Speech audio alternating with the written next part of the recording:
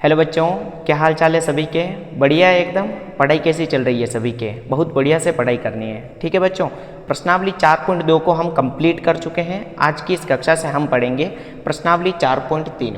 देखिए, प्रश्नावली 4.3 जो है वो अपने बेस है मूलों का अस्तित्व और मूलों की प्रकृति। देखिए, आप सभी का उद्देश्य केवल ये नहीं होना चाहिए कि हमको प्रश्न सॉल्व करना है और उसका आंसर लाना है। अपने को कंसेप्ट समझना है ताकि उससे रिलेटेड कोई भी नया सवाल आए तो उसको आप आसानी से कर पाओ, ठीक है बच्चों। सबसे पहले मैं इसकी भूमिका समझा देता हूँ कि प्रश्नावली 4.3 में हम बेसिकली प्रश्नों को अटेम्प्ट कैसे करने वाले हैं। उसके बाद हम प्रश्नावली 4.3 के सारे सवालों को बारी बारी से सॉल्व करेंगे, ठीक है बच्चों। देखिए, आपने एक समीकरण पढ़ी है अभी तक, ax² + bx + c बराबर 0। सर ये क्या है? ये तो द्विघात समीकरण है, ठीक है। इसको सॉल्व करने के अपने पास टोटल अभी तक 2 मेथड है। कौन कौन से हैं? एक तो है गुणनखंड विधि, दूसरी है श्रीधराचार्य सूत्र। कौन सा सूत्र है? श्रीधराचार्य सूत्र। ये क्या होता है? -b + √b²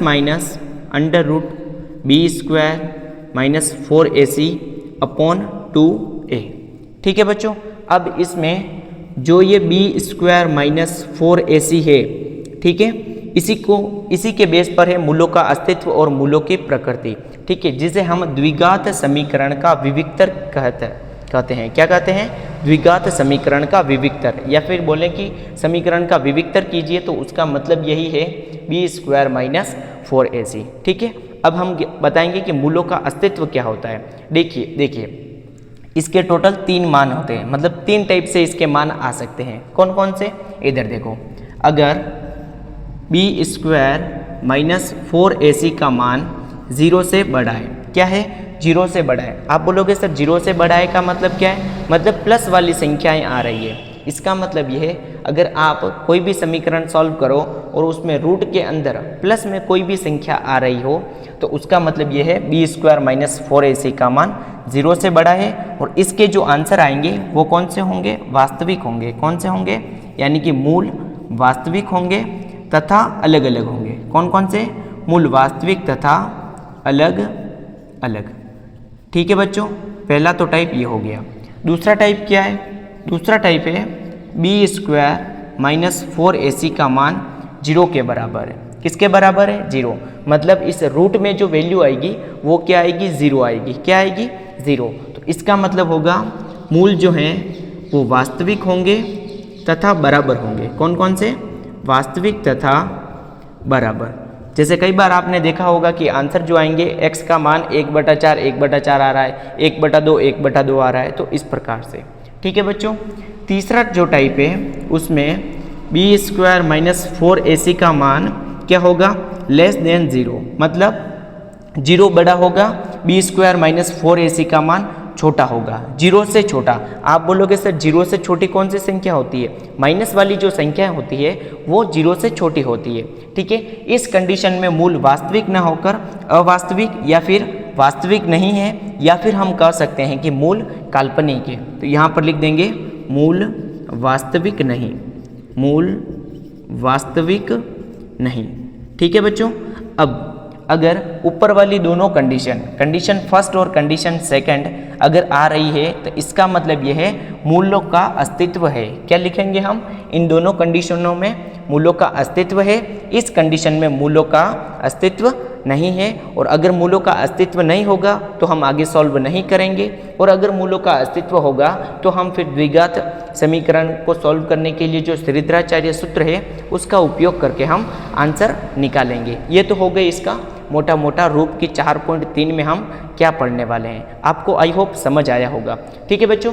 अब हम जो ये पहला प्रश्न है 2x² - 3x + 5 = 0, ठीक है, इसको सॉल्व करेंगे। और सबसे पहले हम देखेंगे कि इसके जो मूल है उनका अस्तित्व है कि नहीं है। अगर मूलों का अस्तित्व होगा तो हम फिर क्या करेंगे? मूल ज्ञात करेंगे, ठीक है बच्चों। अब देखो, अपने समीकरण है 2x² - 3x + 5। पहले मैं देख लेता हूँ कि सवाल सही है या नहीं है। ठीक है, सवाल सही लिखा है, क्योंकि कई बार गलती हो जाती है, यहाँ पर प्लस की जगह माइनस भी लिख देते हैं, हम खुद ही गलती कर देते हैं। कैसे? सवाल में गलती हो जाती है, ठीक है बच्चों। अब देखो, ध्यान से समझना है, ठीक है। 2x² - 3x + 5 = 0। अब अपने को इसका देखना है कि अस्तित्व है या नहीं। उसके लिए हम क्या करेंगे sir, B square minus 4ac का मान ज्ञात करेंगे। आप बोलोगे sir B square minus 4ac का मान आएगा कैसे, तो इसकी तुलना हम कर देंगे द्विघात समीकरण के व्यापक रूप से। द्विघात समीकरण का व्यापक रूप क्या होता है, उसको लिखते हैं सबसे पहले, ax square plus bx plus c बराबर 0 से तुलना करने पर, इसकी हम तुलना कर रहे हैं। क्या कर रहे हैं, तुलना कर रहे हैं। तो देखिए एक्स स्क्वायर का गुणांक है a, यहाँ पर एक्स स्क्वायर का गुणांक 2, तो a का मान कितना आ गया 2, x का गुणांक b, x का गुणांक -3, तो b बराबर आएगा -3 और अचर पद कितना है c बराबर 5। ठीक है, हमें मान ज्ञात करना है बी स्क्वायर माइनस 4ac। ठीक है बच्चों, b का मान कितना है -3, तो इसका स्क्वायर करेंगे -4, a का मान कितना है 2, c का मान कितना है 5। ठीक है बच्चों, -3 माइनस का स्क्वायर प्लस 3 का स्क्वायर 9, माइनस 4 दूनी 8, 8 पंजे 40। अब देखिए 9 में से 40 घटाने, छोटी संख्या में से बड़ी संख्या घटाएंगे, चिन्ह माइनस का आएगा और घटाएंगे तो कितना आएगा 31। अब देखिए बी स्क्वायर माइनस 4ac का मान माइनस में आया है, किस में आया है माइनस में, यानी कि B square minus 4ac is less than 0, अतः यहाँ पर क्या लिखेंगे, मूलों का अस्तित्व नहीं है। ठीक है बच्चों, अब ये हो गया इसका आंसर, ये कंप्लीट हो गया है आपके। ठीक है, अब इसका हम दूसरा प्रश्न देखते हैं। पहले मैं लिख लेता हूँ दूसरा प्रश्न क्या है। इसका दूसरा प्रश्न है 3x square minus 4√3x plus 4 बराबर 0। ठीक है, अब इसमें भी हम क्या करेंगे, सबसे पहले इसकी तुलना हम कर देंगे द्विघात समीकरण के व्यापक रूप से। क्या होता है द्विघात समीकरण का व्यापक रूप, ax square plus bx plus c बराबर 0 से तुलना करने पर। ठीक है, समझ आ रहा है ना आप सभी को। देखो एक्स स्क्वायर का गुणांक a, एक्स स्क्वायर का गुणांक 3, तो a का मान कितना आया 3, x का गुणांक b, x का गुणांक -4√3। यहाँ पर विशेष ध्यान रखना है, अचर पद कितना है 4। अब हम क्या करेंगे, मूलों का अस्तित्व देखने के लिए हम बी स्क्वायर माइनस 4ac का मान ज्ञात करेंगे। तो यहाँ पर लिख देंगे B square minus 4ac, b का मान कितना है -4√3 का स्क्वायर माइनस 4, a का मान कितना है 3, c का मान है 4। देखिए अब हम क्या करेंगे, माइनस का स्क्वायर प्लस 4 का स्क्वायर 16, √3 का मतलब क्या होता है, देखो रूट का मतलब होता है वर्गमूल का मतलब 1/2, इसका कर रहे हैं स्क्वायर, तो 2 से 2 कैंसिल और कितना बचेगा 3। ठीक है, तो √3 का स्क्वायर 3, माइनस का माइनस, 4 को 3 से गुणा करो, 4 तेरी 12, 12 को 4 से करेंगे 48, 16 को 3 से गुणा करेंगे 48, माइनस 48, 48 में से 48 गया तो 0। इसका मतलब क्या हुआ सर, कुछ नहीं है, बी स्क्वायर माइनस 4ac का मान 0 के बराबर है, अतः मूलों का अस्तित्व है। और मूल कौन से होंगे, वास्तविक तथा बराबर। मूल कौन से होंगे, वास्तविक तथा बराबर। मैं यहाँ पर नहीं लिख रहा हूँ क्योंकि आगे हम मूल भी ज्ञात कर रहे हैं। अब आप बोलोगे सर मूल कैसे ज्ञात करेंगे, अरे मूल ज्ञात करने का तो आप सभी के पास एक मेथड है। कौन सा मेथड है, श्रीधराचार्य सूत्र। कौन सा सूत्र है, श्रीधराचार्य सूत्र। अब इधर देखो, यहाँ पर मैं लिख रहा हूँ श्रीधराचार्य सूत्र। कौन सा सूत्र, श्रीधराचार्य सूत्र। -b plus minus √b² minus 4ac upon 2a। ठीक है बच्चों, अब देखो -b का मान कितना है सर, -4√3 है, तो ये सूत्र का माइनस, उसके बाद b का मान -4√3, उसके बाद प्लस माइनस √। अब देखो यहाँ पर अगर आप सभी थोड़े से समझदार हो तो देखिए हमने b² माइनस 4ac का मान ज्ञात कर लिया है और कितना आया है 0। तो यहाँ पर डायरेक्ट आप सभी लिख सकते हो 0 अपॉन में 2a, a का मान कितना है 3। अब देखिए माइनस को माइनस से गुणा करेंगे प्लस 4√3 प्लस माइनस, देखो रूट में 0 है इसका मतलब क्या है 0 0 ही होता है, ठीक है। अपॉन में 2 को 3 से गुणा करेंगे 6। अब देखिए मैं भले प्लस 0 करूँ माइनस 0 करूँ, 0 तो 0 है, इसका मतलब आंसर क्या आ रहा है अपने 4√3/6। 4 देखो √3, ये 3 से 6 मत काट देना क्योंकि ये वर्गमूल के अंदर है, बाहर वाली संख्या ही कटेगी। 4 में 2 का भाग देंगे 2 बार, 3 में 2 का भाग देंगे तो 2 का भाग 6 में देंगे तो 3 बार, तो ये कितना आ रहा है 2√3/3।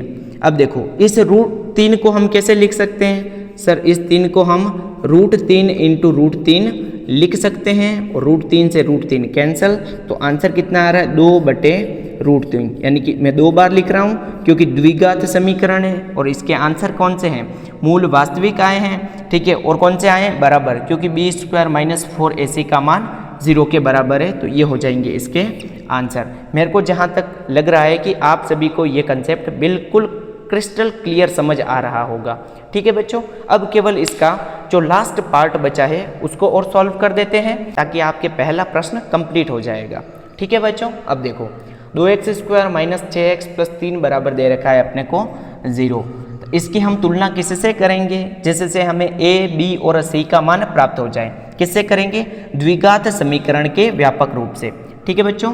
तो लिख देंगे ax² + bx + c बराबर 0 से तुलना करने पर, ठीक है। तुलना करेंगे तो a का मान कितना आएगा 2, b का मान कितना आएगा -6, c का मान 3। आप बोलोगे सर कैसे लिखें, अरे कुछ नहीं किया है, x² का गुणांक a, x² का गुणांक 2, x का गुणांक -6, x का गुणांक b, अचर पद c, अचर पद 3, ठीक है। अब अपने को बताना है कि मूलों का अस्तित्व है या नहीं, तो क्या करेंगे हम b² - 4ac का मान ज्ञात करेंगे। b का मान है -6, तो -6 का स्क्वायर -4, a का मान 2, c का मान 3। अब इसको सॉल्व करो, माइनस का स्क्वायर प्लस 6 का स्क्वायर 36, माइनस का माइनस 4 दूनी 8, 8 को 3 से गुणा करो, 8 दिए 24, ठीक है। प्लस के 36 में से माइनस के 24 घटाएंगे तो कितना आएगा प्लस का 12, और 12 आया है, इसका मतलब लिख देंगे b² - 4ac is greater than 0, मतलब 0 से बड़ा है, अतः मूलों का अस्तित्व है। और मूल कौन से हैं, मूल वास्तविक, देखो वास्तविक तथा बराबर होंगे या वास्तविक तथा अलग अलग, 0 से बड़ा है, प्लस में संख्या है, मतलब मूल वास्तविक तथा अलग अलग होंगे। कौन से, वास्तविक तथा अलग अलग है, ठीक है। अब मूल वास्तविक तथा अलग अलग हैं तो वो कौन कौन से हैं उनको हम अब ज्ञात कर लेंगे। कैसे ज्ञात करेंगे हम, द्विघात समीकरण को सॉल्व करने के लिए कौन सा सूत्र का उपयोग करते हैं, श्रीधराचार्य सूत्र। तो लिख देंगे -b ± √b² - 4ac upon 2a, ठीक है बच्चों। माइनस का माइनस, b का मान कितना है, ध्यान से देखो, यहाँ पर जल्दबाजी नहीं करनी है, माइनस का 6 प्लस माइनस √b² - 4ac का मान कितना आया 12, तो डायरेक्ट लिख दो 12 अपॉन में 2a, a का मान कितना है, इधर देखो a का मान है 2, तो ये लिख दिया 2। अब कुछ नहीं करना है, माइनस को माइनस से गुणा करेंगे प्लस, तो प्लस नहीं लिखे तो भी चलेगा, तो ये 6 प्लस माइनस, अब देखो रूट का 12 है, तब इसके वर्गमूल निकाल लो, तो 12 में 2 का भाग देंगे 6, 2 का भाग देंगे 3, 3 और 1, तो इस √12 को हम लिख सकते हैं 2 × 2 × 3 अपॉन में 2 × 2 कितना होगा 4। अब देखो 2 2 बार है तो एक बार 12 आ जाएगा, तो इसको लिख देंगे 6 प्लस माइनस 2√3/4। अब क्या हो रहा है वापस, अब देखो यहाँ पर 6 है और बाहर 2 है, मतलब 6 को कैसे लिखेंगे 2 × 3 और ये 2, तो इसका मतलब ये है हम 2 कॉमन ले सकते हैं, फिर 3 प्लस माइनस √3/4, ठीक है। ये सर 3 कैसे आया, 2 को 3 से गुणा करेंगे तभी तो 6 आएगा, 2 को √3 से गुणा करेंगे तभी तो 2√3 आएगा। अब इस 2 को इस 4 से कैंसिल कर सकते हैं, यहाँ पर ऐसा नहीं कि 2 से 4 कैंसिल कर दो, नहीं होगा, ठीक है बच्चों। अब देखो क्या आ रहा है 3 प्लस माइनस √3/2। अब देखो एक बार प्लस है एक बार माइनस है, तो हम क्या करेंगे, एक बार यहाँ पर लिख देंगे प्लस का चिन्ह लेने पर, एक बार माइनस का चिन्ह लेने पर। आप लिख देना इतना तो ठीक है। मैं डायरेक्ट ले रहा हूँ 3 प्लस √3/2 और एक आएगा 3 माइनस √3/2। ये हो जाएंगे इसके आंसर। तो पहला प्रश्न इस तरीके से हमने सॉल्व किया है। आई होप आपको ये प्रश्न समझ आया होगा। अगर समझ आया है तो प्लीज़ वीडियो को लाइक कर देना।